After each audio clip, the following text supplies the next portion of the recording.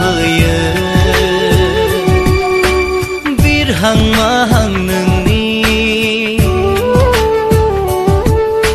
खानाय बिलाइयाबो आंनि गोसो गोरबो खावनानै लाङो थागोना नोङो आंजों अराय बिखा गेजेराव दैमु जाना चेनेलखौ साबस्क्राइब खालाम आरो लोगोसे बेल आइकनखौबो थुनानै ला जाहाथे गोदान भिडिअनि नटिफिकेसन नोंथांमोनसिम थाबैनो सौहैयो।